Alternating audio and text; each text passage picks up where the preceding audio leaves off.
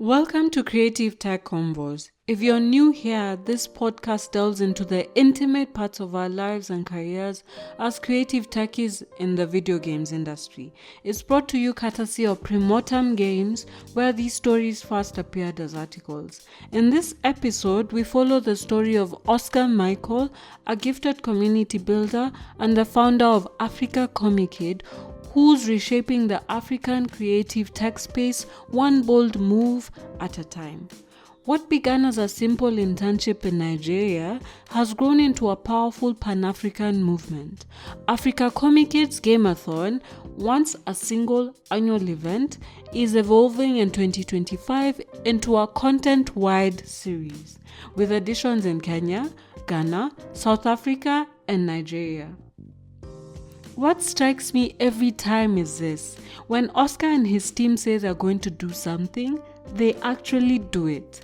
No fluff, no waiting for the perfect time, just action, belief, and bold execution. I still remember a moment during 2024's Gamathon when Oscar said something that stuck with me. The main aim of this gathering is for us to connect with one another. Before we even go out there to the global west, we really need to fix our stuff back home, right? Why are we always looking for support out there when we have the resources on the continent and we are not interacting, we are not sharing? This is an event that is not just talks, it's not really about presentations.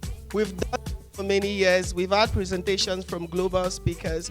This is the 5th year, and the main idea for this year is for us to speak with one another and see how we can fix ourselves in-house, how we can go cross-border, because there's so much we can do together.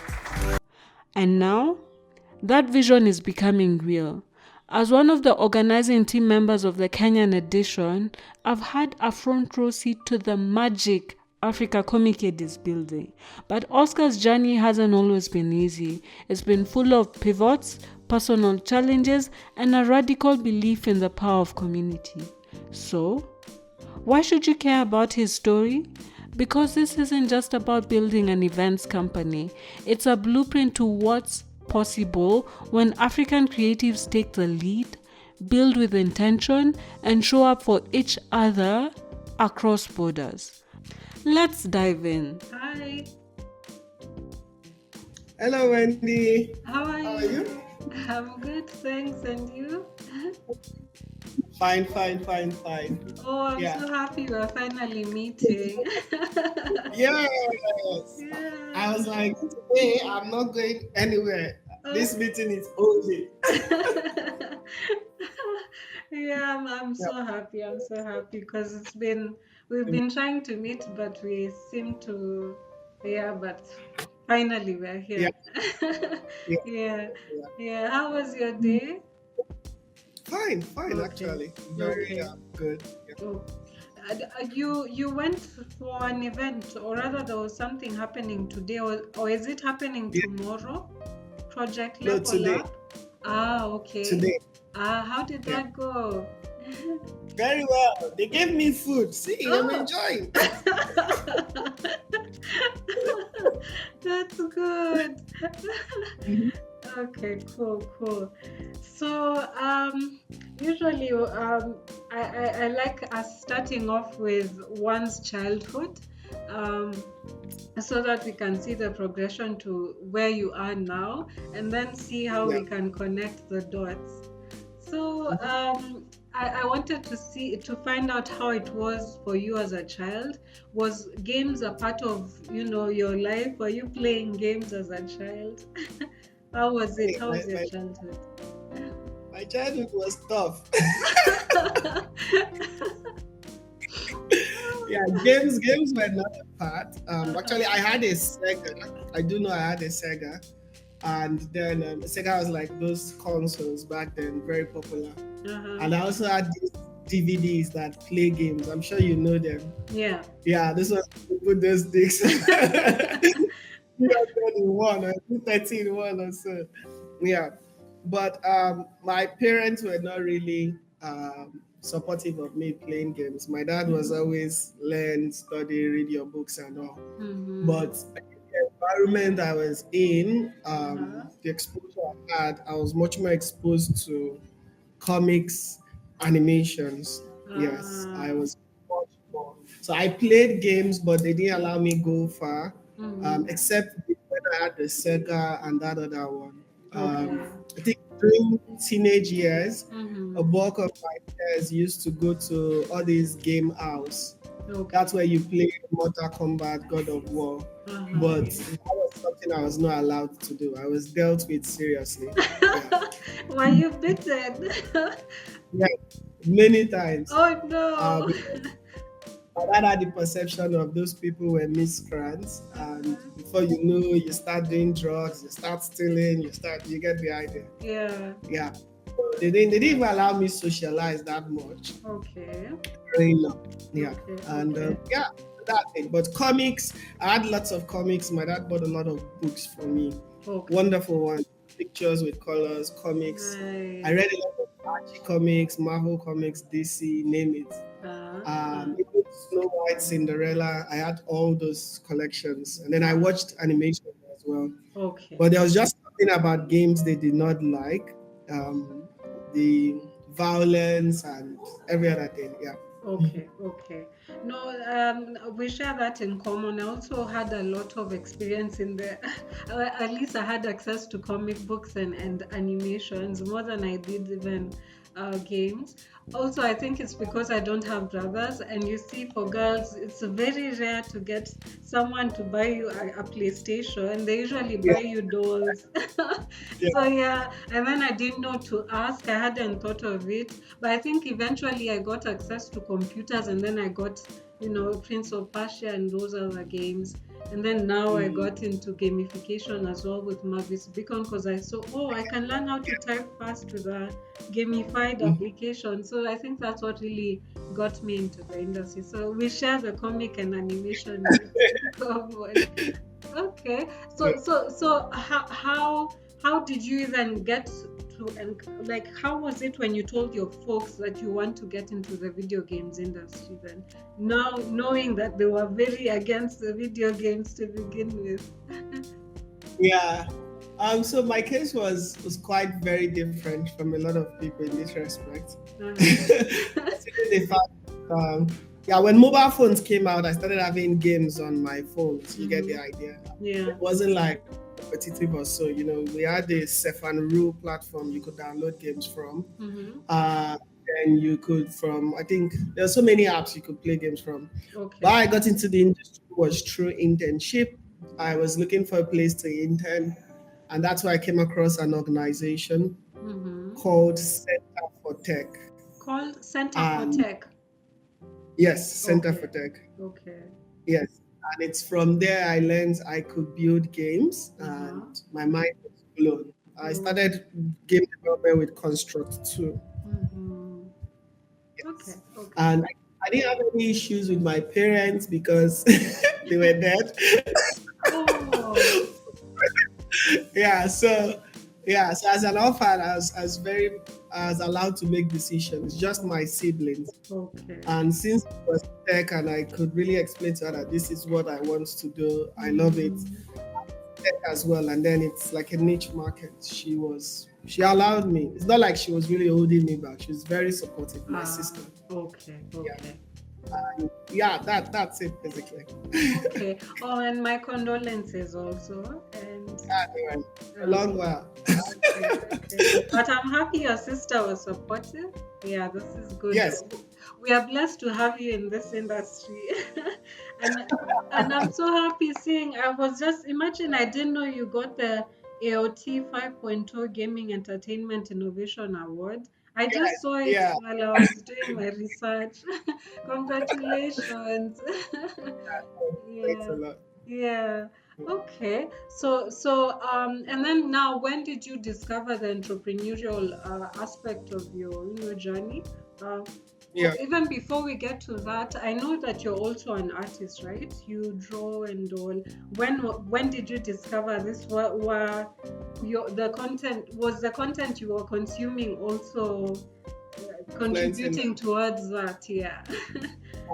Yeah. So that was from childhood. I've always Okay. loved drawing. I'm somebody that watch comics and animation as well. I mean, your imagination will definitely run wild. True. Yeah. Yeah. So I started drawing. I've always loved drawing. Also, the religious organization I attended, they used to organize, like, while the parents, after hours of worship, they used to from time to time have organize activities for children. Okay. So I dabbled into poetry from a very young age. I think around 6, 7. I started poetry, and then I also joined art class. So on those days, they'll bring objects or real life things like fruits and drop it on the table. Okay. And we children around and try to draw it. I did that for about almost 5 years. Wow. 5. Yeah. So I did poetry, I did art, and yeah, so I fell in love with that. So lately I've struggled to draw trials of running a business. I understand. It's been painful because even as at 2020, I was still drawing while at Nest Africa. I was still taking some. It's a good way to just relieve yourself True. of stress and also just express yourself. Because while you are doing that, there's this form of quiet and focus that clears the mind. Yeah. But I look forward to doing that. I look forward to even having my own stories being told. But yeah. Okay. Awesome. So speaking of Nest Africa and now your entrepreneurial journey, please take us through how you got to that point. Yeah. And your transition from artistic side to entrepreneurial side. Yeah. Yes. So like I mentioned, Center for Tech was my introduction into the games industry. So I started out as an intern and then I graduated to become a games facilitator. So I was teaching children and youths how to build games using Construct and Unity. From there, I moved on. I started dabbling as someone that loved to try and many things. I did a lot of roles. Okay. I also did marketing, communications, and did social media, and I evolved to become like the head of operations at Center for Tech, where I dabbled into even curriculum development for learning. So if I want to train people, I organized the trainings, I built the curriculum, and everything that has to do with that, even down to creating manuals. We used to create actual manuals that people can follow through without an instructor, step-by-step manuals. Okay. And it was all fun, but I think the big issue came in when I sat for my Unity certification exam in 2016. Yeah, I'm 16. We were the first across West Africa. We were just 7. And there were no opportunities, really. It was more like if I was leaving my organization, there was nowhere else I could go to. Okay. You get? Yeah. And we did have some game studios, but they're very little. There was just Kuluya Games, Chopo Games, Malio Game Studio. Okay.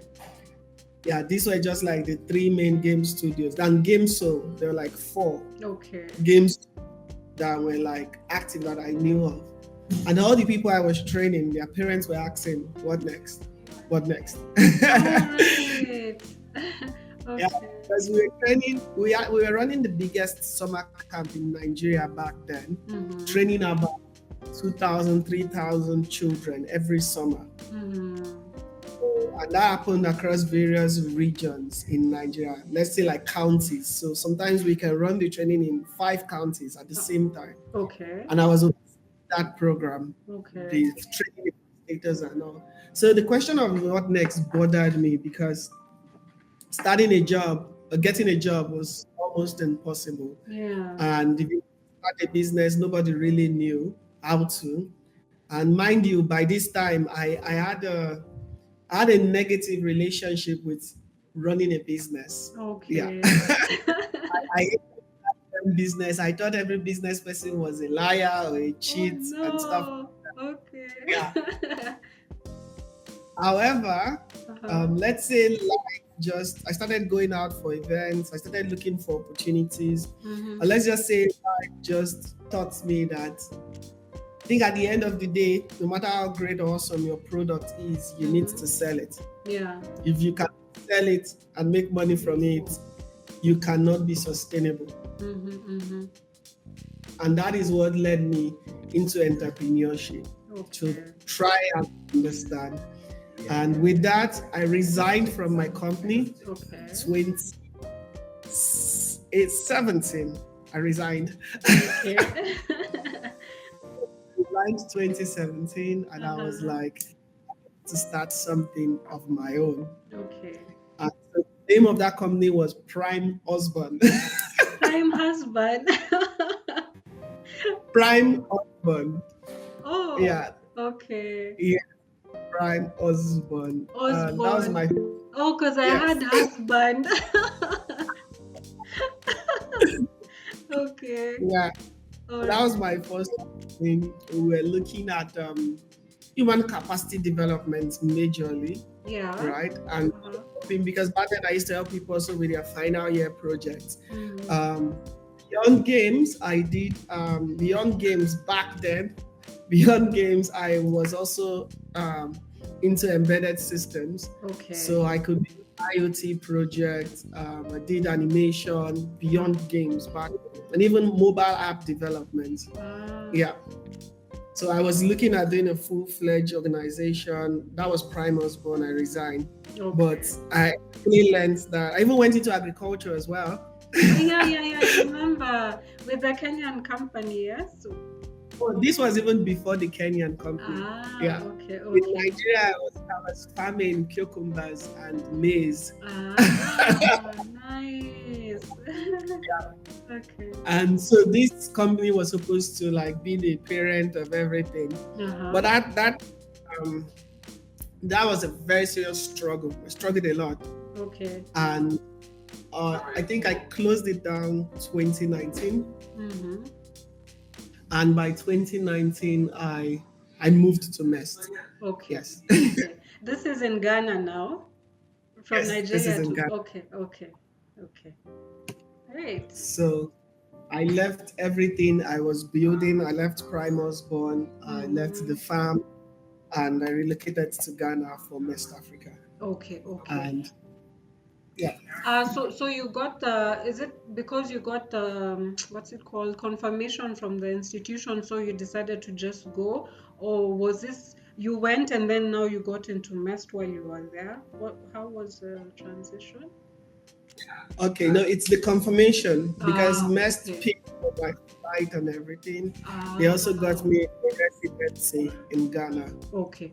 And so it was that confirmation that made me move, because I was still pushing Husband, trying to make it work. But with Mest, without Mest, I wouldn't have left. Perhaps I would be Prime Husband right now, but due to everything. Okay. And how was it? How was your experience in Mest? And even before that, you mentioned that you had a bit of a negative perception. Yes, about entrepreneurship. So is it because of school? What do you feel made you? What prompted that kind of a perception?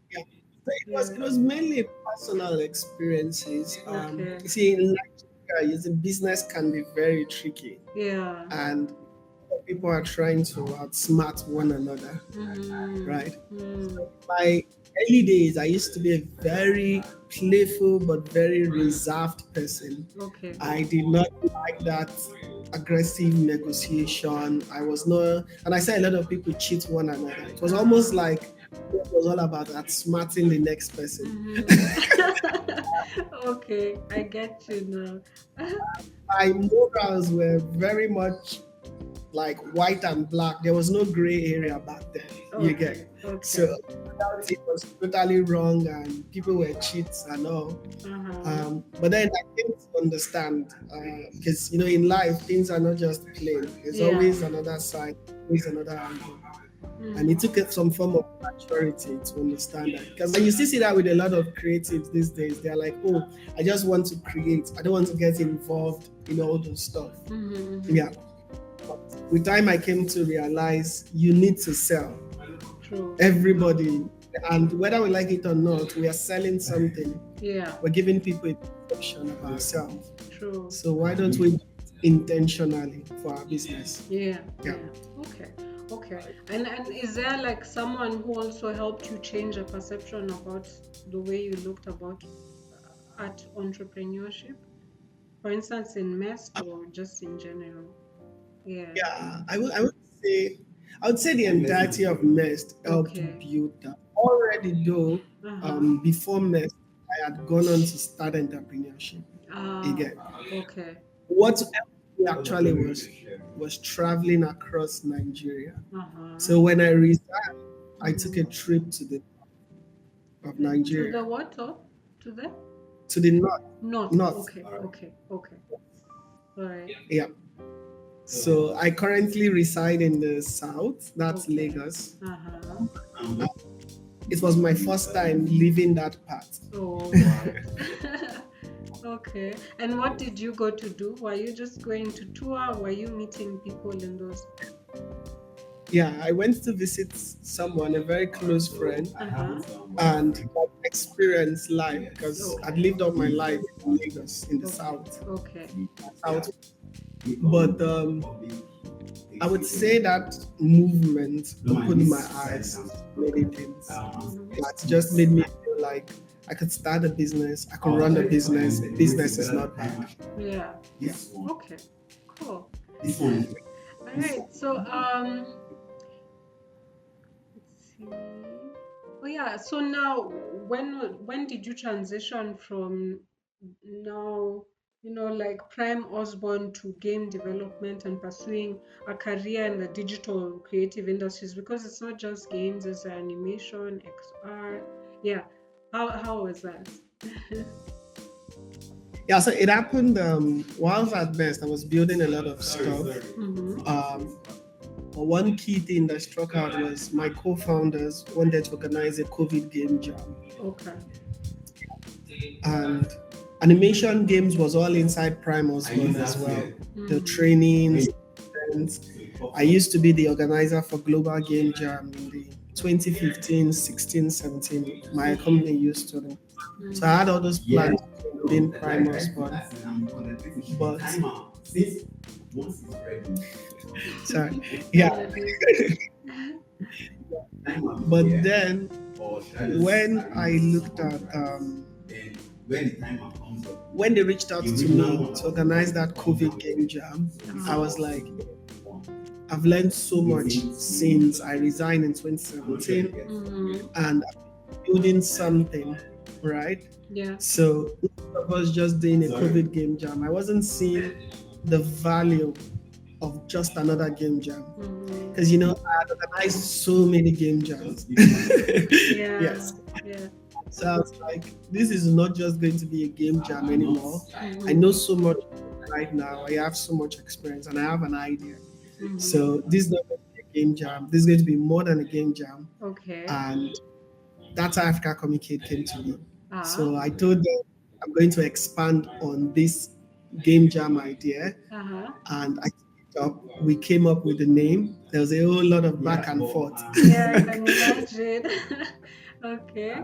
So, because we're looking for a name that shows that one, we're Pan-African. Two, we're looking at not just video games, right? These days, you see me use immersive and interactive media. Yeah. That time, there was no name like that. It was video games, animation, comics, and XR. Yeah. Okay. That was even how we protected ourselves. Now you hear us say we're Launchpad for video games, immersive and interactive media. But back then it was video games, animation, comics, and XR. So we came up with the word Africa, then comic to show the fun side, and then arcade.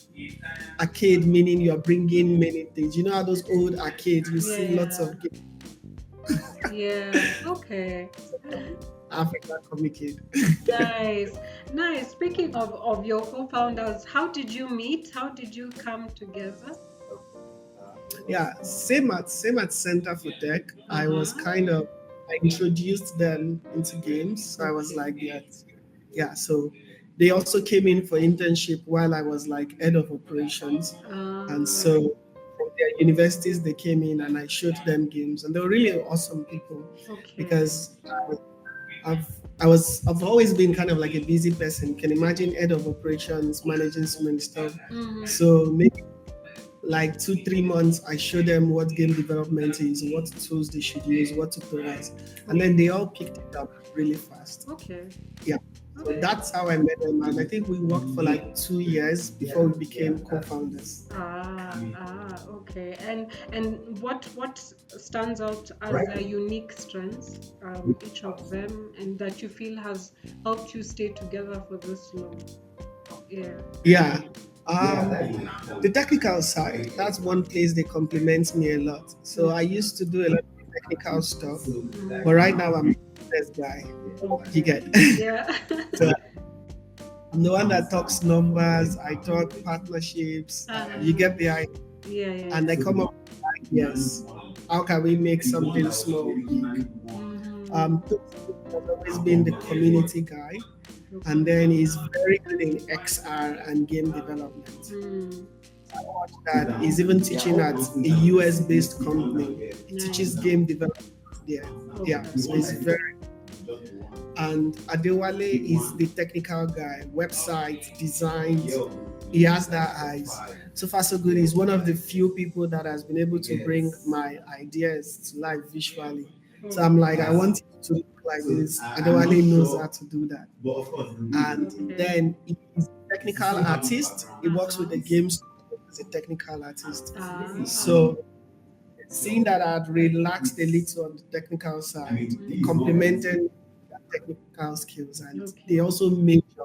So we're looking at games, animation, XR. We have everybody at the leadership. Yeah. Okay. And what do you feel helped you gather them together? Because it's not easy to get people who gel with you so easily, and also who are really helpful.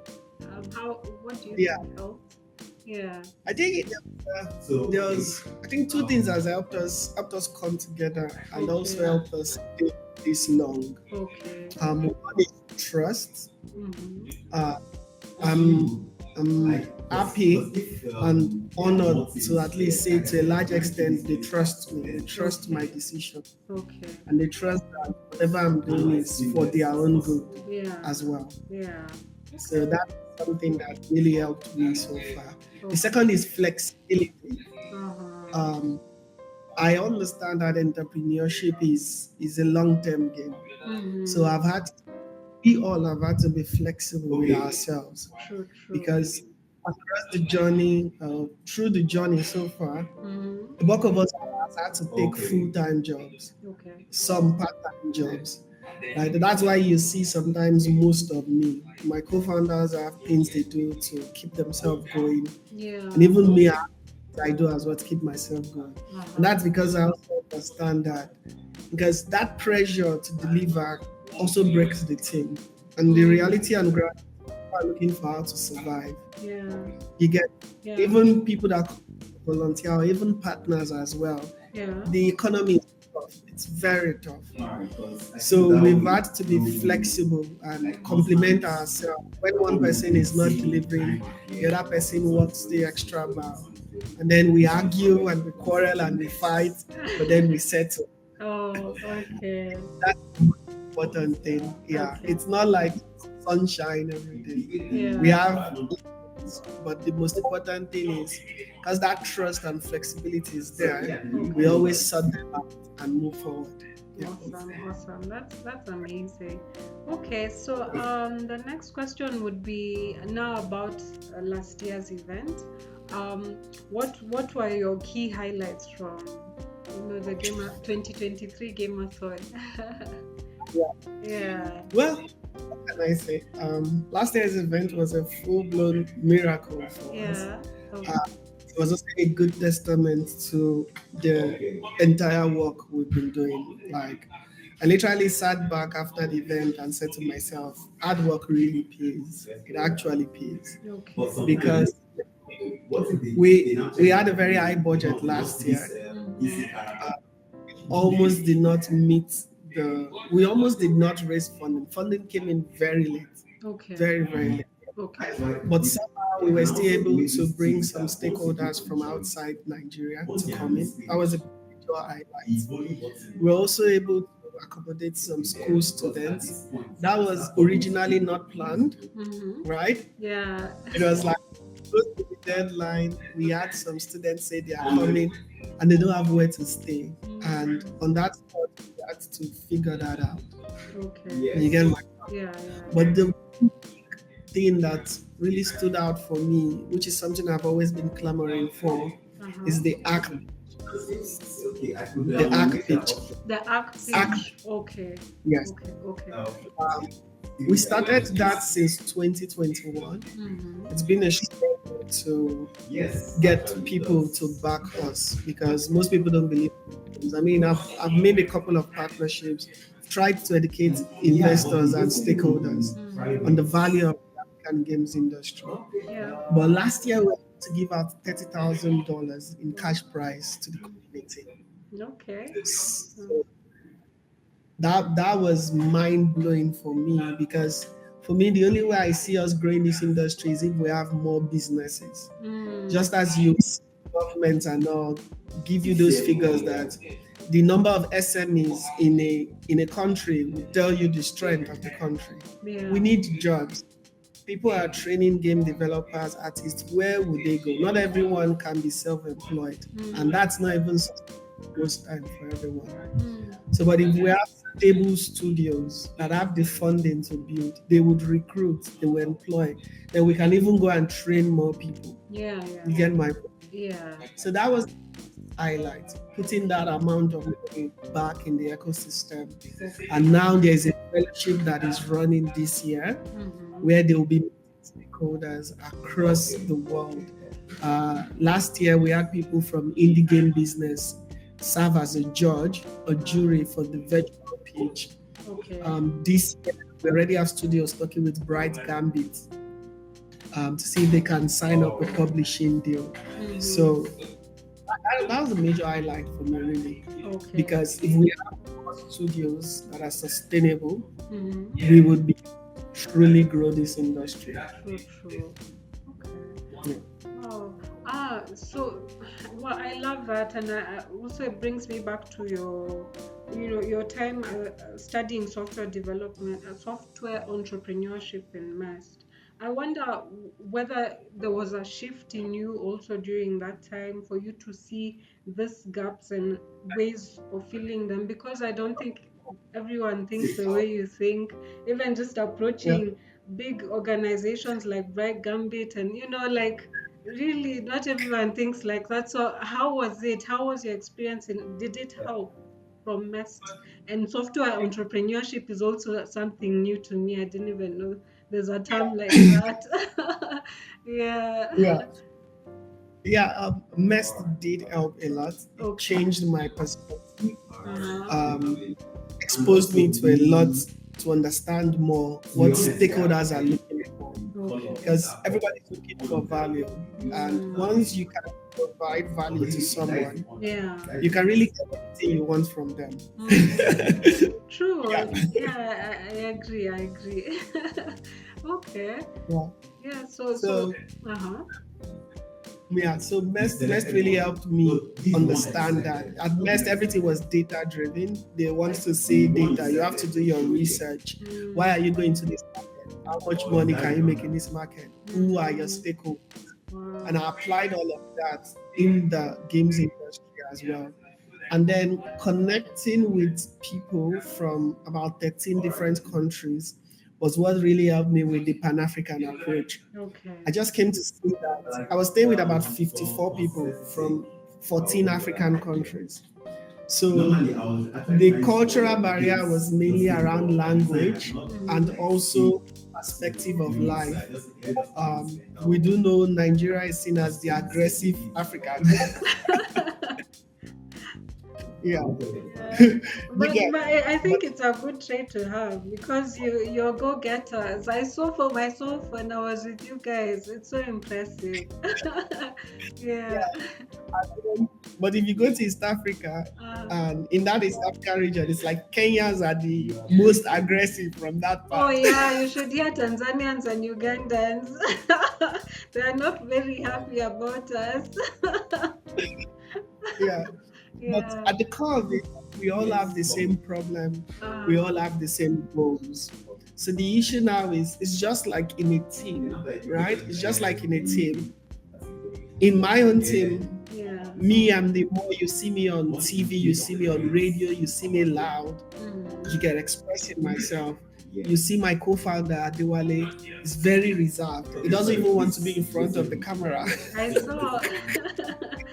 Yeah. And then you see Tosin wants one-on-one discussions. You get it's okay to connect with people. While me, I can stand in front of a crowd and you get.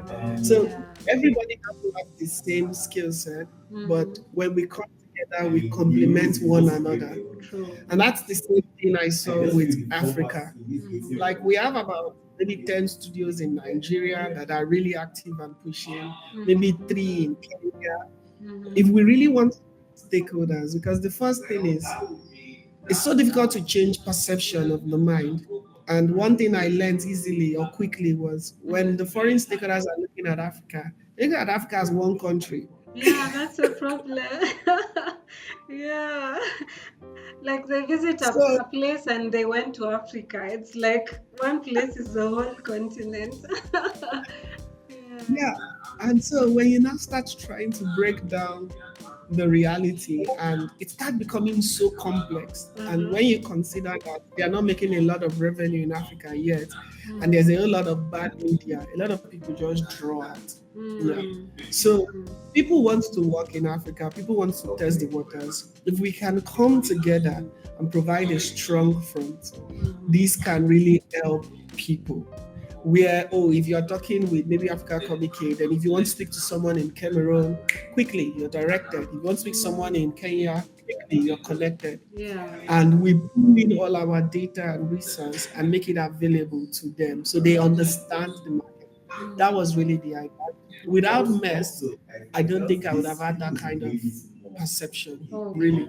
Because I ate Kenyan food, I ate pilau, I ate chapati. I started learning Swahili in the Francophone. I ate achike. I was learning French.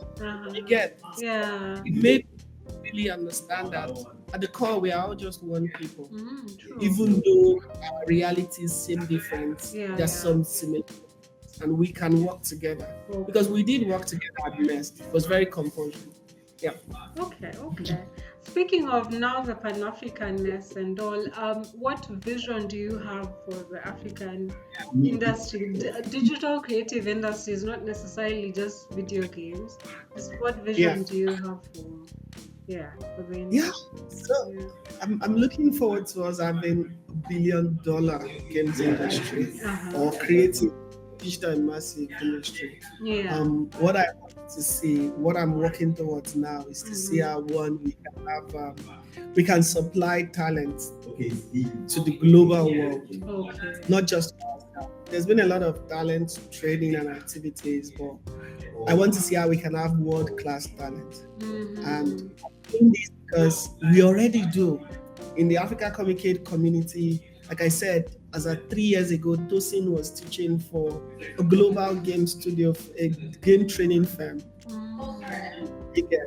We have someone that is working for Azure Games, one of the biggest publishers in the world, and is one of their best game developer. One of our committee member again, Joshua, is currently in Meta, working on the recent. He was on the team that worked on Quest 3.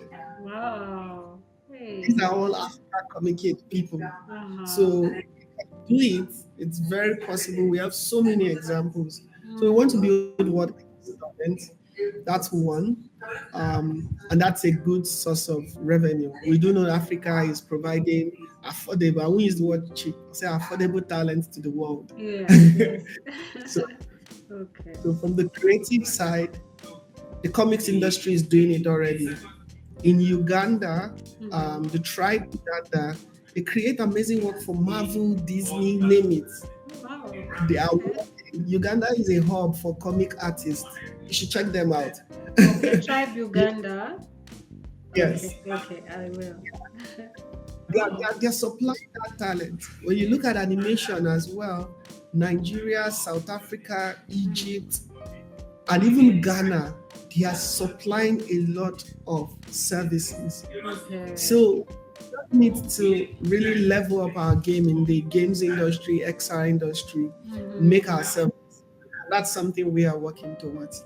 The next thing is IP projects. I want to see a lot more projects beyond entertainment, right? And even beyond, say, creative projects, even if it's tools, like what Swift XR is doing.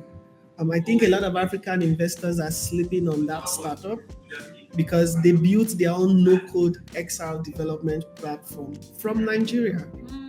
So you can do your AR effects with the platform. And they're integrated across board. They are on Canva. If you go to Canva and search Swift XR in the apps, you'll see it. Okay. That's a Nigerian startup of about 10 people. And from the Americans, Indians are using it, Americans are using it, but Africans are still tilted towards that made in America brand or so. I want startups like that. That's why we're doing the ARC Fellowship, so that we can have games that also speak not just for entertainment, for social impact and the likes. Okay. And I believe through that, because that's also very important, we can focus more on things that have impact. If for those looking to sell to the African audience, that is the best way to make money. Because right now, Africans don't spend so much on entertainment, except it's physical entertainment. Yeah. Drink beer, drink alcohol, go to the movies. Yeah. But for digital entertainment, Africans are still wary. You see, share me your Netflix login. How do I crack Amazon Prime? You get my point. Yeah. Or even the video games, you download pirated copies. True. But if it's something that solves a problem for them, they are paying. Our creative skills can be used, especially if we are looking at solving those problems. And we've worked with organizations that are doing it. We just need to find the right frameworks. Legends of Learning is one of my favorites in the US. Okay. They worked with us in 2022, where they had a game jam during the Gamathon, and people were building games to teach mathematics. Okay. And those games are used in primary schools in the US, and the schools subscribe their students to these platforms. Okay. And about 3 Nigerians won the competition. I said 3 Nigerians, sorry, 3 Africans won the competition. And their games were put on that platform. Okay. So we can learn from these. Games go beyond shooting, carriers, or the trend of just giving it some African attire and saying it's an African game. No, we need to deeper. We need to deeper if we want to succeed. Okay. Now that you've touched on the ARC Fellowship, could you also just share some highlights? So, has it started yet? It has? Yes, it started this year. Okay. We have last year about 19 studios pitched. Okay. Yes. And we had the PC pitch and the mobile pitch. So for the fellowship, they are going to go through about 6 months of interactions with key stakeholders in the industry, talking about key subjects: art, music, production, marketing, running ads, publishing, stuff like that. Okay. We're still creating speakers as we go, so it's something that is ongoing because a lot of the speakers are not paid, so they volunteer their time to these. And these are industry leads, people that are active in the industry. And it's a mix of both local and global. For someone saying Africa has a bad habit of always looking down on its own talent. Yeah. People believe once something is white or foreign, it's good, but that's not always the case. And then we also forget that we need people that understand our own context, our own reality. Because sometimes people come and say things that are true, but they don't relate to us. It's like and we have a very bad attitude, really, because in West Africa, for example, if you use your left hand to give another West African, it feels like you're insulting him or wishing him ill. Oh, really? You get, okay. yeah. Interesting. But so if an African does that to another African, you are immediately shunned or corrected or shouted at, reproached. But if a foreigner does the same thing, they collect it and they smile. Yeah. Oh, wow. So it's a mix. It's a mix of global stakeholders and local stakeholders. Okay. And we're still reaching out to more and more people. It's something ongoing. By the end of the 6 months, the idea is the fellows should have interacted with enough people to help them build better projects and have a better legal structure. Okay. Yeah. So that they can easily raise funding. Okay. Okay. And it will wrap up with a pitch in this year's Gamathon. All right. Another competition, yeah. Okay. And is also entrepreneurship part of the, or is this mostly focused on creating people who can be employees? Do you also have a segment for entrepreneurs? Yeah. So the ARC is strictly for entrepreneurs, game studio founders. Yes. Okay. Yeah. Whilst the Spark is the program sponsored by Unity. That's the one where people want to acquire these skills, go to. So if you want to learn how to be a game developer, you go for the Spark.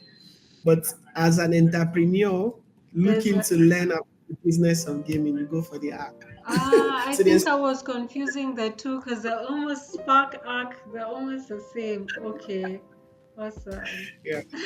So there's fellowships ongoing. Okay. Yeah. So that's happening together at the moment. Okay. Yeah. How are you managing all those? Because how many are they, by the way? In each. Yes. So for the ARC, we have about 30 people signed up for that, and an average of 20 people are really engaged, 20-25 people. But for the Spark Fellowship, the aim is to train 200 people. We've gotten applications of 160, and about 150 people will be in the first cohort of the training. So we have facilitators. The team has also expanded. Currently, we're in our office. We just got a new small office to work from. Awesome. Yeah. Congratulations. Yeah. Okay. Thank you. Yeah. And we've also expanded a little. So we have more people working full time on Africacomicade. Okay. All right. So thanks for the clarification because I had confused the two. So in total, you're training around almost 200 people, 30 and 150. Okay. Yes. All right. And please share a bit about how your experience was participating at the IGDA Foundation Next Gen program. Yeah. Yeah. That's another exciting one. That's where I met my mentor, the first mentor I've ever had, really. Okay. Yes. And we barely talk, but I learn a lot from him passively. That's Guy Youngster. Okay. His name is, Guy. Okay. I think Blomberg, that's his name. Yes. Okay. He's also like a people person, a partnership person in the games industry. He's the one that runs Gig. So you see, what he does is very similar to what I do at Africacomicade. So I'm learning a lot. Games industry gathering.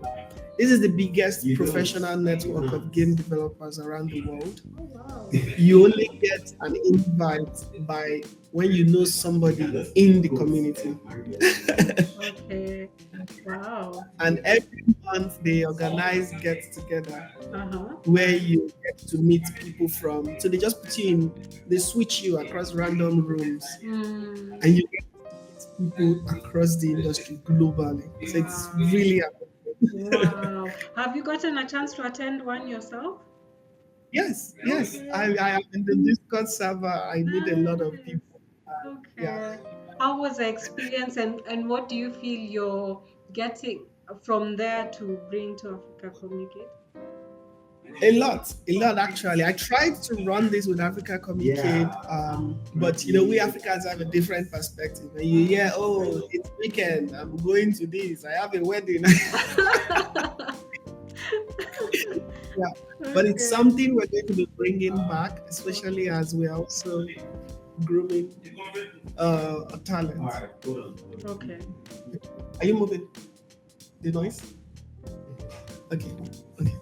Yeah. So especially as we're looking at getting many more people into the community, like more people are joining the community. Okay. Yeah. But another thing I came to realize is the spirit of collaboration. I've not attended a gig gathering in the last maybe 5 months because I've really been kind of worn out. But one thing I see is every time I speak about what I do, people are very eager, very, very eager to support. Alright. Like they just want to be a part of it. Yeah. And you don't see a lot of that. And it's not just talk. When they say they want to, they actually want to, they are willing.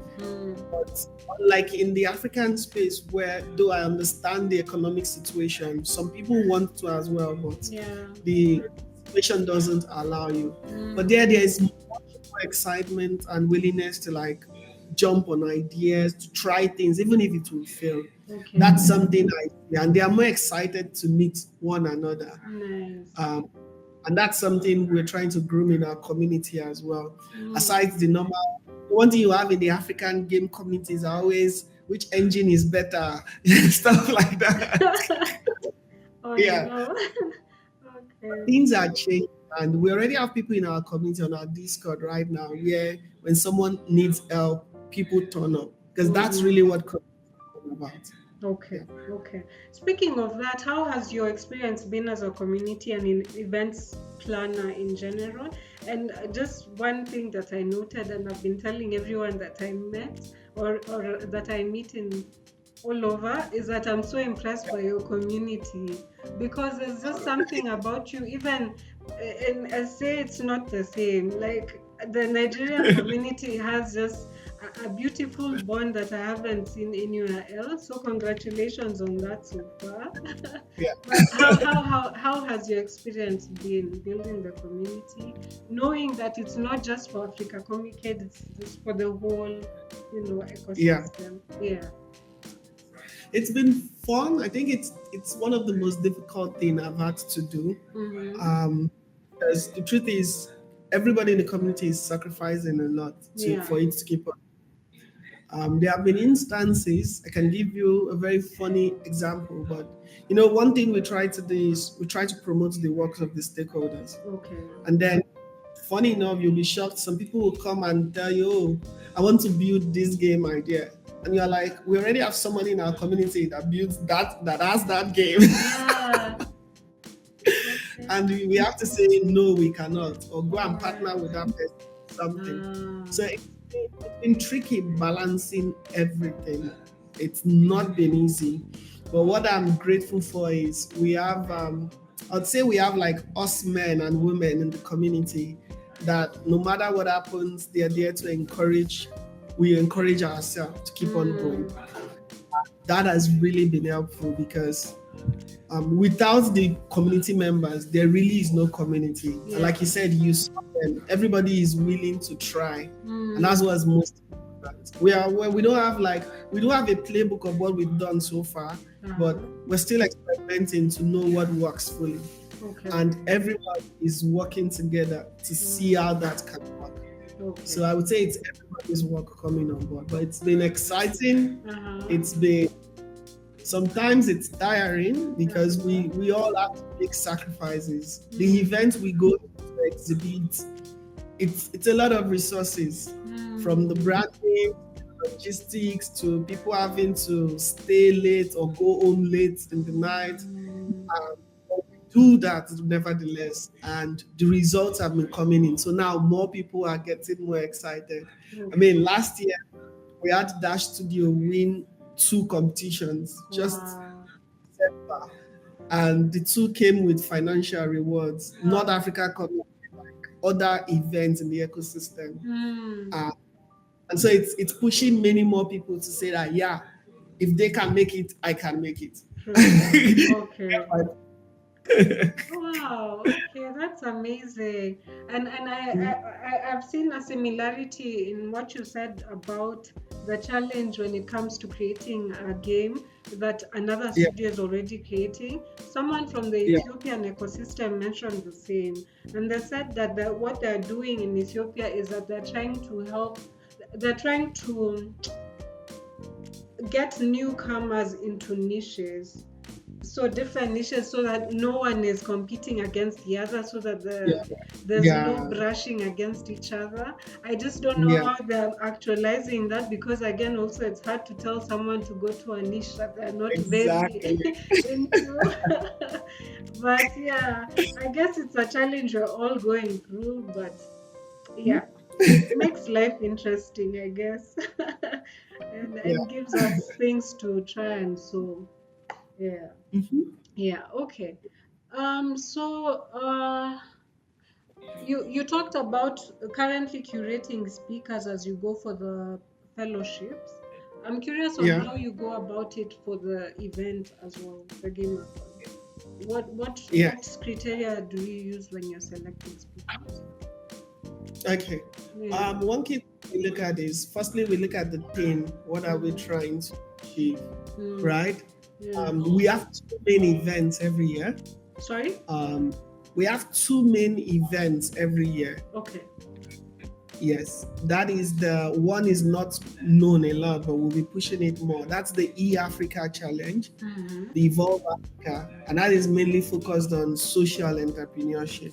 Okay. A good example would be Yolanda's work with Rapulani, right? Where she's really promoting the black hair, the Afro hair, and all. Yeah. You're telling your girl child that you can be proud of your hair. You don't need to be sad or anything. That projects like that. We have Panoramic in Nigeria that has built lots of comics about the history of Nigeria, the various historical stories in Nigeria. The Oba, and so he has comic books and he distributes them to schools for free. Okay. Yeah. So we do this every year around June. We did it 2023. That's one. Then we have the Gamathon. So when we're going out, the main thing is, what value can this person bring to the stakeholders listening? Okay. So that they have value to the stakeholders. The first thing is they have to have values to the community members, right? And for them, they might be having a service or an opportunity that they want to share. Okay. Those are the key things we look at. And we look at those things right now because we're still in an emerging industry. I remember last year was the first time we did a call for talks. Okay. Yeah. Okay. Yes. And a lot of the talks that came in, we could not go with it because people thought we were GDC. We're not GDC, right? Yeah.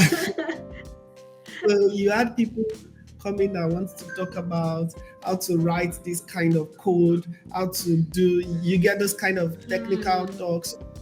Some were entry level, like, nah, this is too beginner. And some were just way over, but like, no, nobody's looking for this kind of knowledge, right? Okay. So during the Gamathon, when the game jams is about, before the game jam starts, we have those entry level sessions where people can come and teach you how to use it. So that's for the game jam. Okay. But for the Gamathon, it's a B2B conference. So anything you are saying, you have to be talking business. Either you are selling a service or you are educating them on how they can grow their studios. Okay. That is very valuable. But anything technical, code, that's not our kind of event. So we had a lot of those things and you're like, no, this is not for it. It has to have that business orientation. Then within the month, we're supposed to have monthly workshops where we can be having all those master classes on technicalities. Right now, that is being replaced and catered for by the ARC Fellowship. Okay. So you see why it makes a lot of sense. Yeah. So we can, for example, we'll be having someone come to teach on how to optimize Google AdMobs in your games. That would happen in the ARC Fellowship, and that's before the Gamathon. So that Gamathon, that 1 week you are meeting people, it's not to learn any code or skill. It's for you to see, I have a game, right? Yeah. These are my numbers. These are my markets. How do I get funding? How do I enter your market? How do I promote it? That is what that event is from. How do I co-produce with you? What opportunities are in your region for me? You get that is what the Gamathon is for. Yep. Okay. Wow. All right. And other than the 2 fellowships, are there also any other projects you're currently managing at the moment?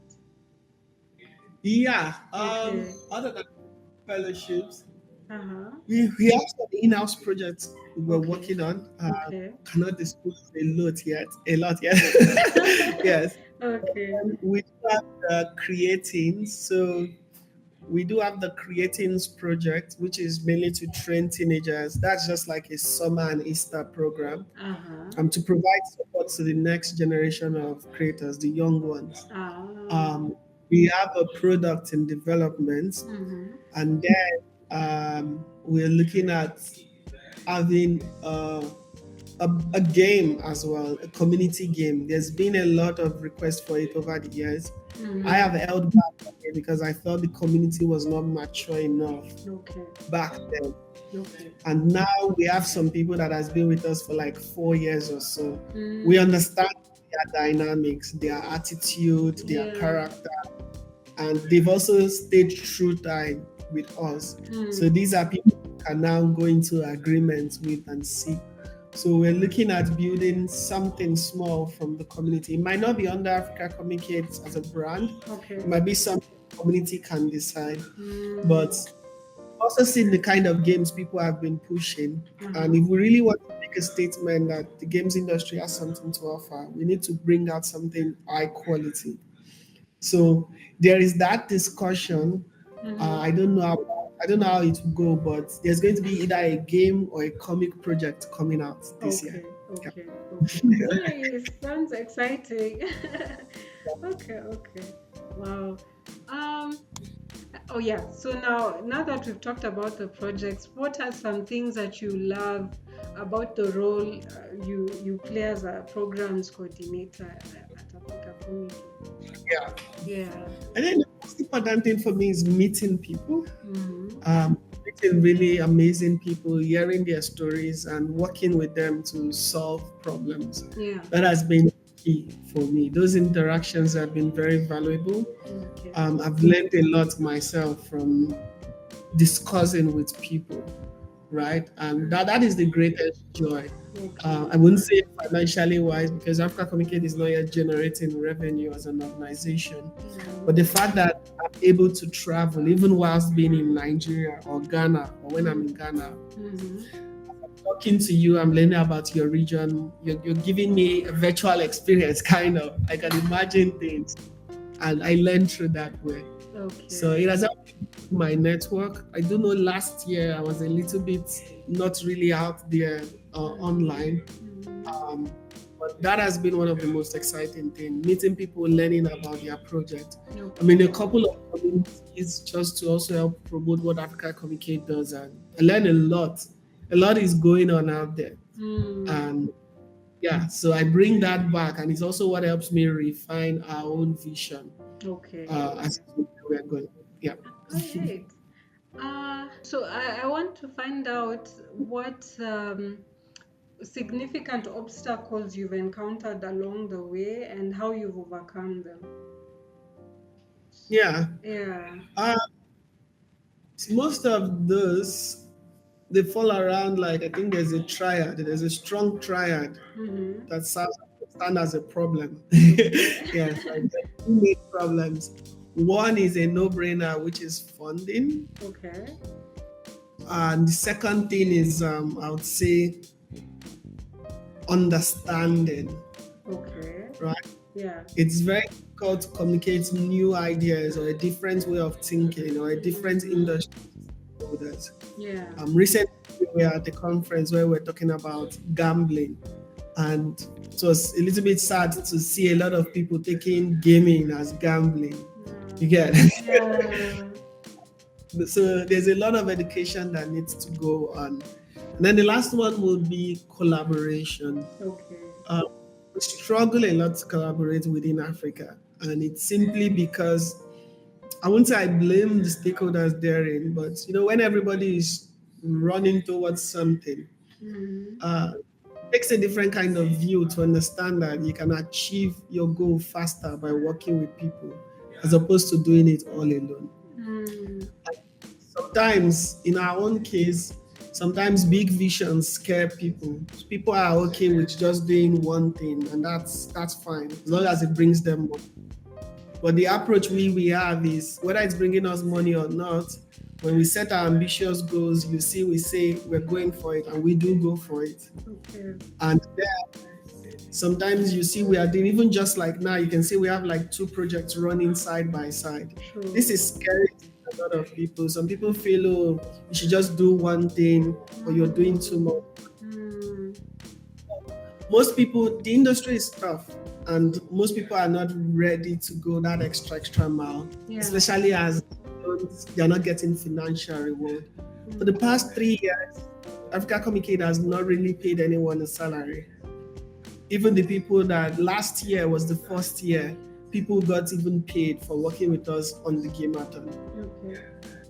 Okay. And you see our events, they are big, of course. Like, we put everything we have into it. Yeah. So some people, we're making so much money and maybe we're holding on to it or so. But it takes understanding and being involved in the process to understand our things.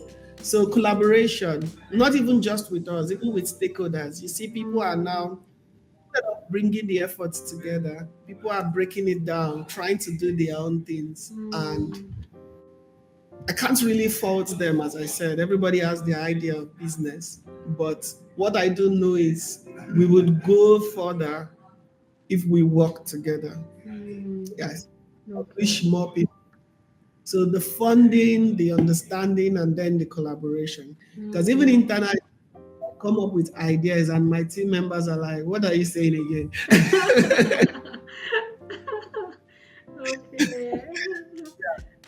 Okay. So then you've mentioned the challenges, and I'm curious on how you deal with moments of doubt, especially like when people tell you, "What is this you're saying?" Like they can't quite get this big vision you have. So how do you deal with those difficult moments and keep pushing forward? What motivates you? It's the main thing that motivates me is I'm someone that once I have something, I think before I even think, sometimes I visualize it in my head. Okay. And so if I can't get it out physically, it bothers me. Right. So I always do everything to make sure it works. I know every problem has a solution. It's just an issue of time and resources, right? Yeah. Diseases that were killing us 100 years ago, right now there are many cures to them. You get my point? Yeah. And resources in terms of not just money, even knowledge. What do you know? Do you know the right person? These are the things that hold us back. Do you have the right knowledge? Do you know the right people? Yeah. These are the things that really affect us. So what motivates me is I've seen it happen, and I know that we can do it. Because once I can picture it, that means I've already done a bulk of the problem solving in my head. Yeah. The next thing I now have to do is try tediously, though most times, to break it down into bits. That's where documentations and processes come about. I really need to do a lot more of that. I realize I do so many stuff that, because I've done it over the years, it looks simple to me. Yeah. Again, when someone is coming to pick up, now it looks also scattered, and you're like, this thing should take you 5 minutes. But that's because That's because you have your own internal system and the way you work. But you need to create systems that people can fall into that pipeline as well. True. So that's where documentation comes in. That's where visualization comes in, and meetings as well. But I do my best to explain and get feedback. Not all my ideas turn out the way I want. I ask questions. You might be shocked, but decision making is sometimes slow with me because I can ask questions a lot. Even when I've decided, I come back and I'm like, okay, what if it's like this? Or am I right? Yeah. Okay. And I have a support system that really helps me. I ask 3, 4, 5 people the same questions, and I use that to kind of base myself. And that when you also asking your team question, it helps them understand more as well. Okay. Could you highlight a few of your support system, the people who assist you in your journey? The family I stay with right now, we're a group of people. I consider them family. I have a lot of moments where I would have fully burnt out. But then we have moments where when things are not working, they're like, okay, let's go out, let's go to the beach, let's go. You get something like that. And when I can't think as well, I have a blockhead. Because until recently, everybody at Africacomicade works remote, so we barely see ourselves. It's all online. So these are first point of contact, the first people I go to with my problems and all. And then we have some really amazing partners that has been there for us since inception. Like CCA Lagos, like Nest Hub, like Mobile. So many people, eSport Africa. From time to time, being stakeholders that understand the creative industry as well. From time to time, we discuss, or I reach out to them, and they provide support from their own opinion, their own point of view, and that helps. Even in the games industry, the game developers in the community, those ones are another level, because we go to the event ourselves and we really back one another. That's beautiful. Okay, awesome. And then now, how do you balance your personal and professional life? Because what you're doing is a lot. It's a lot. How do you balance? I will be lying if I say there's a clear balance. I think that's a work in progress. This year I'll be embarking on a new adventure. It's going to put a lot of interesting experiences ahead of me. But even last year, when I wasn't juggling all these things, the balance was a struggle, because when you're passionate about something, you fall the risk of making that thing your whole life, right? For me, that has happened to me a lot, where even on weekends I'm working, and when I'm not working, my mind is working. My mind is thinking, did I pay for that stuff? You get? But what I did do is during the holidays, I had some work to do, but I did not open my laptop for like 2 weeks. So I tried, because at the end of the day, we have to take care of our health. It's very important. If we break down, most of what we dream of will not come true. So that's something I'm getting more intentional. Even lately as well, at least my Sundays, I've been having lazy Sundays. And it's intentional, because I need that rest. I'm human after all. We need that balance. Wow, I love that. I love that. At least it's something. There's progress. That's what matters. And have there been some unexpected connections or friendships and relationships that have come as a result of you doing all the work that you do, from the events to the community building and all? Yes, a whole lot. Microsoft sustainability team. While a lot of people might not know about the eAfrica challenge, with the Microsoft sustainability team, we have a very strong relationship there. When we worked on green coding in 2021, that was when I first met. And since then, people like Trista Patterson has been very supportive of our work. Yes, and that's on the sustainability side of things. Very interesting. And there are so many with our partners in Nigeria, Nest Hub. They've helped us through across multiple things, connect us with stakeholders, get us into events, right? Even some of the events we attend, we don't get to pay the full price. We get huge discounts. It's because they love the community and we have working relationships ongoing. Okay. Yeah. And I guess one thing I'll say is with TikTok, I will be joining TikTok, and that's because of the relationship we were able to build over the years. So now I'll be looking at ending the partnerships for gaming in TikTok very soon. Yeah. Nice. That sounds exciting. Yeah, I've seen you sharing a lot of stuff about, or at least a few things I've seen on WhatsApp about TikTok, and I was wondering where you're getting this information from. So now I see. Okay. So we partnered with them. Yeah. Go on. No, I'm curious on how that even came about, a partnership with TikTok. Like that? Yes, it all falls down to still trying to support the stakeholders in the industry. Okay. I mean, if you are building a game, marketing is a big core of it, right? Yeah. And where the Gen Zs today, they are not on Facebook. It's the old people on Facebook sharing news. Yeah. They are not on LinkedIn. You get my point? Yeah. Millennials are the one on Twitter arguing about various things. And it's also millennials that are really on Instagram posting pictures and stuff. The Gen Z population live on TikTok.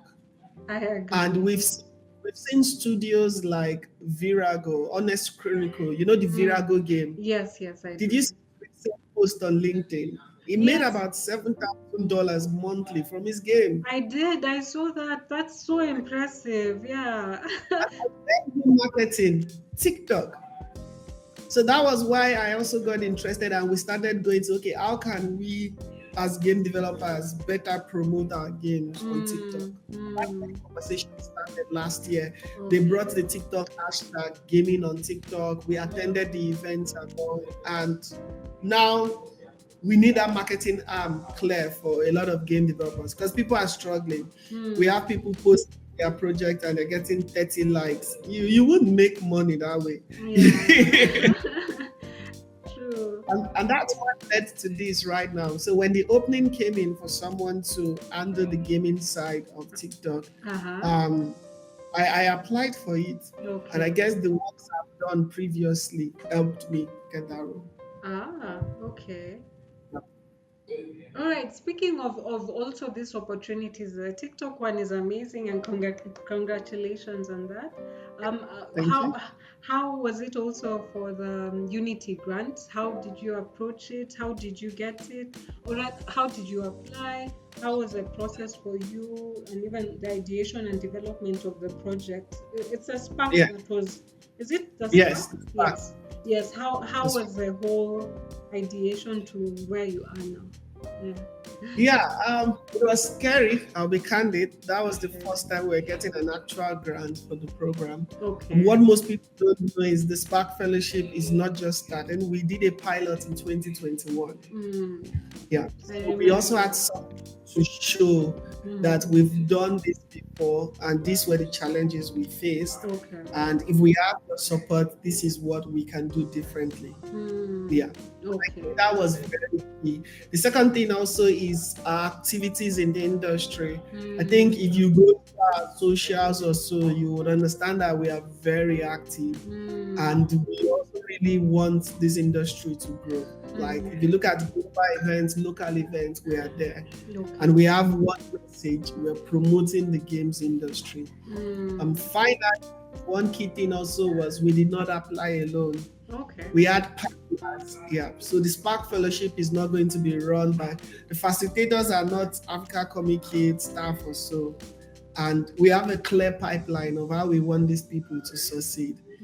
Train them, get them internships in a couple of studios, get them to sit for the Unity exams, get them certified, not just Unity exam, any exam that can help them Then afterwards, see how we can get them jobs. Okay. That's something a lot of people don't do in their trainings. More and more people are training people, but internships is a problem, jobs is a problem. And I always ask myself, then why do you keep on training? But for us, a priority is it's a total of a 9 month program for the training and the internship. Then after that, we have about 6 months to see how we can place them. Okay. And in the last one in 2021, we placed people in US studios. Like 2 people got jobs. Okay, wow. So we weren't just talking, we have facts to back what we were saying. And we weren't also overhyping it that we trained 1 million, because these days you see people say they've trained 2,000, 3,000. Where are they? You get the idea. Where are the projects? True. In 2021, we accepted about 70 people. About 70 people applied. We accepted about 12. Only 3 people graduated. Okay. And we were fine with it. And we did learnings and all. So this year, we trained 200 people. Okay. We want 85% of them will get jobs. And from those 85%, 70% of that 85, we want to see how 85% of them will graduate. Okay. And from those 85, 70% of those will get jobs 6 months after their training. Okay. Okay. And when they do that, then they pay back the community so that we can do this again. Nice. We also have a sustainable plan, because free things don't grow businesses. You get. So have you already started talking to the companies that you want to partner with to, onboard, to accept this interns? Okay, awesome. Yeah, that was an integral part of our application as well. Okay. We had already identified internship partners and potential employers. Okay, awesome. And that's important. And I love that there's a spark, yes, and they get into internship, which is important, because as the discussion was going on in the WhatsApp group, the guy was saying people need to get some income or some jobs that actually help them when they now come to the ARC fellowship side. They have some money that they've been building up to be able to sustain the entrepreneurial journey. So it's nice that in this case, even the spark is where they learn. So they go and intern for those in the ARC, because we're not training you in 1 year for you to go and start a studio. You would most likely fail. You need real life experience. So they learn in the spark. The spark people go and intern for the ARC studio, and we have about studios already waiting. Yeah. Wow. That was a brilliant way of approaching it. Oh, okay. And so when they are done with their internship there, if the ARC studios have the funding to recruit them, they can recruit them. If they don't, look for other job opportunities for them to be a part of. Okay. Awesome. So speaking of, the many achievements you've had, is there any that maybe you've not captured here that you'd like to share that you're most proud of so far in your career? I don't really know. I mean, we won the AOT awards last year. That was a big one for us. Okay. We also won the GuideTex Roadshow, where I went to Dubai. Sponsorship by the government. That was also a very big one. And the GuideTex, it's called GuideTex Dubai. Okay. So that was a very big one for me.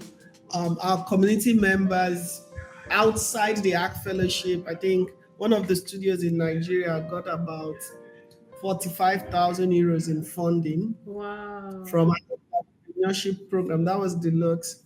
From an entrepreneurship program, he was recommended to by Africacomicade. Okay. That was another way to go for an incubator with health tech startup, agri-tech startup, all these different normal startups, and the game studio came out as the winner. That was a major one for Wow. Okay. And same thing happened with Dash Studios at the AOT pitch. Okay. They came out first. There's so many startups, people in Greek food and all.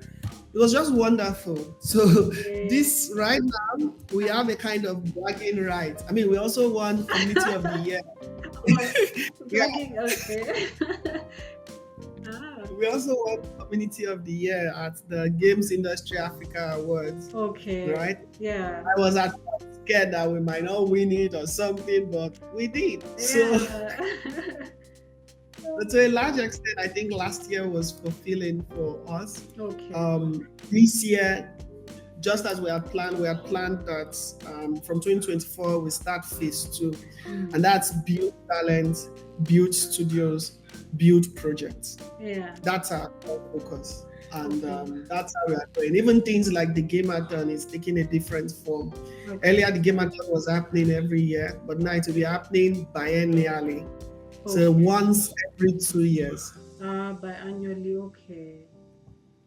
Biennially, once every 2 years. Okay. That's because the amount of resources we put into bringing people together, if we put a bulk of that amount in the industry, I believe we'll get better results. True. Right? True. Yeah. So, and then again, it's not like we have new games coming out every year. So if we are supporting people this year with some funding, prototype grant or so, let's give them a year to focus on working. Let's reduce on the social media talk and all. Those things are nice, but they are better when you have products to show, not just talking. You get? Yeah, I agree. Industry is getting filled with a lot of talk.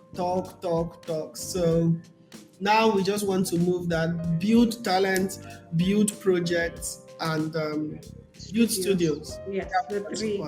Okay. Yes. Awesome. That's our focus. Okay, awesome. And now, do you have one memorable experience that you've had throughout your journey so far that has left you a lasting, impression? One major could be in the events, could be, anywhere. Just something that left you feeling, wow, this is amazing. Well, I would say the Dubai one was phenomenal. Okay. Winning Brightex this thing, I mean, it was my first time outside the African continent. Okay. Right? And also going to a country Nigerians are currently not allowed in. Really? Yes. Oh. Travel with a Nigerian passport is wonderful. You saw what happened to us last year. About 7 people, all our passports, we did not get accepted until after the event. Then they are sending emails that they can't give us any more because the event has ended. Yeah, about 7 people, and we spent a lot. So for me, Dubai stood out. Dubai stood out a lot for me. And then last year's Gamathon as well was wonderful because we leveled up. We leveled up. Yeah. In terms of value, in terms of this, and we want to build upon that this year moving forward. Okay. Amazing. I'm glad that I was there, at least even if it wasn't till the end. But I really appreciate your invitation. Thanks. So I think we're on the last one now. If you were to go back to, is it 2020 when you established Africacomicade? Yes. If you were to go back to 2020, just before you registered the company name, what would you tell your younger self to encourage your younger self? Yeah. To be candid, I think I would have traveled out of the continent. Okay. And built from outside. Most people don't talk about this, but you see, people that build from outside Africa have an unfair advantage. And a lot of people don't address it, and they act as if it doesn't exist. But just the way when foreigners come into Africa, they have this preferential treatment. Africans who studied outside Africa or who are based outside Africa also have this preferential treatment. And then it's also easier to raise funds. Bootstrapping is something that can be fun, nice, but it's not really glorious. It's very strict. And as we know, the value of the money on our continent seems to be reducing day by day. Yeah. So what I would have done differently would most likely to have been leave the continent, go and build Africacomicade from the global games industry back. The tricky part of it is I don't know if I would have come back. Yeah. Yeah. That's the tricky part of it, because even now I do know that there's a risk of once I leave the continent, and there's a whole lot of struggle we face, but it's a different kind of determination that makes me still stay here and say I want to build from here. Because if you go out and things start getting easy, you can really lose sight of the vision, even of the problem. I see a lot of people say, oh, why aren't we doing more? Why? A lot of these developers don't even have money to get data, internet. Some don't even have money to transport themselves to where these events are happening. That's the reality on the ground, really. And some people say, oh, you can build it on the side. I can't have side projects when I have to pay rent, I have to feed, or as we know in the African continent, a bulk of people, not everyone, but a bulk, once they reach a certain age, they start catering for their family. You get? Yeah. And that is why if you look at the African games industry today, a bulk of the most prominent ones who we would say are successful, who are always in media, who are able to travel abroad, they're not fully based in their home country. And most of them have 2 passports. You get my point? So there's this unfair advantage nobody is really looking at. It's so difficult. And then when you leave the continent, you start seeing things like, oh, it's easy. Why don't you put your effort? People are putting in the work. But it's so difficult to have these limitations. And it's very, I don't think people recognize it that much. Yeah. Because even the government, if you're a Kenyan that has stayed in the UK for 10 years or 5 years, you come down, it's very easy for you to be the Kenyan government. But a Kenyan in Kenya, to be the Kenyan government, get my point? Yeah. So there are so many things. So that's what I would have done. The only challenge with that is I don't know if I would have come back to settle. So I'm okay where I am right now. I think I would keep on building from here. Awesome. No, you've done so much with, all the challenges that we are facing.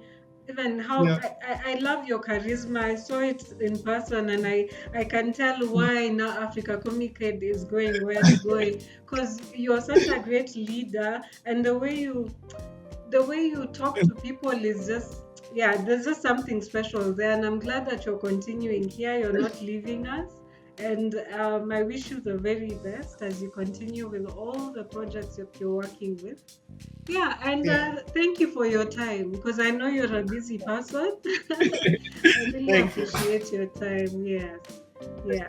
Thank you very much. Oscar's story reminds us that even in the face of uncertainty, collaboration and imagination can spark something far bigger than ourselves. Africacomicade isn't just a platform, it's a movement built on community, care, and creativity. If you're based in Kenya or anywhere nearby, this is your moment to show up in person. The Kenyan edition of Africacomicade's Gamathon is happening from April 28th to May 3rd, and trust me, you want to be in the room for this. It's not just another event, it's a living example of what cross-border collaboration looks like in action. I even have exclusive coupons for our newsletter community that give you free access to tickets. Yes, you heard me right, completely free. So make sure to join through the link in the description and grab your spot today. If this episode inspired you, please share it with a friend and subscribe to the channel so you're notified when new episodes drop on the podcast. You can also read the full article at PreMortem Games. The link's in the description too. Until next time, keep creating boldly.